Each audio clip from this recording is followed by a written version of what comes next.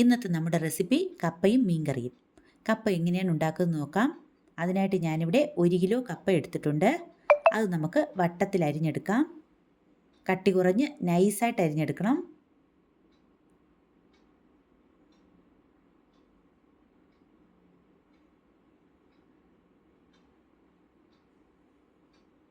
ഇപ്പം ഞാൻ എല്ലാം അരിഞ്ഞെടുത്തിട്ടുണ്ട്. ഇനി അത് നമുക്ക് കഴുകി വൃത്തിയാക്കി എടുക്കാം. ഇനി നമുക്ക് അതിലേക്ക് കുറച്ച് വെള്ളം ഒഴിച്ചു കൊടുക്കാം. കപ്പയുടെ മുകളിൽ നിൽക്കണം വെള്ളം. ഇനി സ്റ്റൗ ഓണാക്കി അടുപ്പിലേക്ക് വെച്ച് കൊടുക്കാം. ഇനി അതൊന്ന് തിളയ്ക്കട്ടെ. അടച്ചു വെച്ച് വേവിക്കാം. ഇടയ്ക്കൊന്ന് ഇളക്കി നോക്കാം. ഇപ്പം തിളച്ച് വരുന്നുണ്ട്.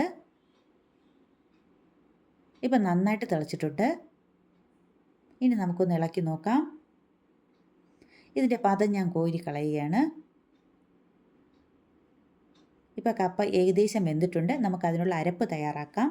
അതിനായിട്ട് ഞാനിവിടെ മിക്സിയുടെ ജാർ എടുത്തു. അതിലേക്ക് 1 ടേബിൾ സ്പൂൺ തേങ്ങ ചേർത്ത് കൊടുത്തു. 1/2 ടീസ്പൂൺ മുളക് പൊടി, 1 ടീസ്പൂൺ ജീരകം, 1/2 ടീസ്പൂൺ മഞ്ഞൾപ്പൊടി, 4-5 അല്ലി വെളുത്തുള്ളി. ഇത്രയും ചേർത്തൊന്ന് അരച്ചെടുക്കാം. ഇതിലേക്ക് കുറച്ച് വെള്ളവും 1 തണ്ട് കറിവേപ്പിലയിട്ട് ഒന്നും കൂടി അരച്ചെടുത്ത് മാറ്റി വയ്ക്കാം. ഇപ്പം നമ്മുടെ കപ്പ വെന്തിട്ടുണ്ട്. ഇനി നമുക്കതിൻ്റെ വെള്ളം ഊറ്റിക്കളഞ്ഞ് എടുത്തുകൊണ്ട് വരാം. ഇനി ഇതിലേക്ക് കുറച്ച് ഉപ്പ് ചേർത്ത് കൊടുക്കാം.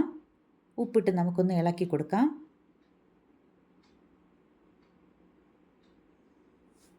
ഇനി നമുക്ക് അരച്ച് വെച്ചിരിക്കുന്ന കൂട്ട് ചേർത്ത് കൊടുക്കാം. ഞാൻ തവിയുടെ മൂട് വെച്ച് ഒന്ന് കുഴിയാക്കിയിട്ട് അതിലേക്കാണ് ഞാൻ കൂട്ടൊഴിച്ച് കൊടുക്കുന്നത്. ഇനി അടച്ച് വെച്ച് ഒന്ന് ആവി വരുന്നത് വരെ ഒന്ന് വേവിക്കാം. ഈ കൂട്ടിൻ്റെ പച്ചമണമൊക്കെ ഒന്ന് മാറട്ടെ. ഇപ്പോൾ ആവി വന്നിട്ടുണ്ട്. നമുക്കതിൻ്റെ വെള്ളം വറ്റിയോ നോക്കാം. അതിനായിട്ട് തവിയുടെ മൂട് ഒന്നും കൂടി അകത്തേക്കിട്ട് നോക്കാം. വെള്ളം ഉണ്ടെങ്കിൽ വെള്ളം ഇറ്റിറ്റ് വീഴും. ഇപ്പം വെള്ളം വറ്റിയിട്ടുണ്ട്. ഇനി നമുക്കത് നന്നായിട്ടൊന്ന് ഇളക്കിയെടുക്കാം. നല്ലതുപോലെ ഉടച്ചെടുക്കണം.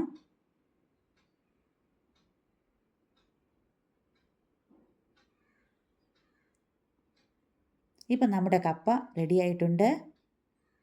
ഇനി നമുക്കത് വേറൊരു പാത്രത്തിലേക്ക് മാറ്റാം.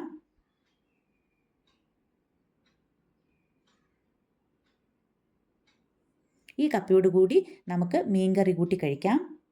അതിനായിട്ട് ഞാൻ മീൻകറി നേരത്തെ ഉണ്ടാക്കിയിട്ടുണ്ട്. അതിൻ്റെ ലിങ്ക് ഞാൻ ഡിസ്ക്രിപ്ഷനിൽ കൊടുത്തിട്ടുണ്ട്. ഇപ്പം നമ്മുടെ കപ്പയും മീൻകറി റെഡി ആയിട്ടുണ്ട്. ഇത് ഇഷ്ടമായെങ്കിൽ ലൈക്ക് ചെയ്യണം, ഷെയർ ചെയ്യണം, സബ്സ്ക്രൈബ് ചെയ്യണം. താങ്ക്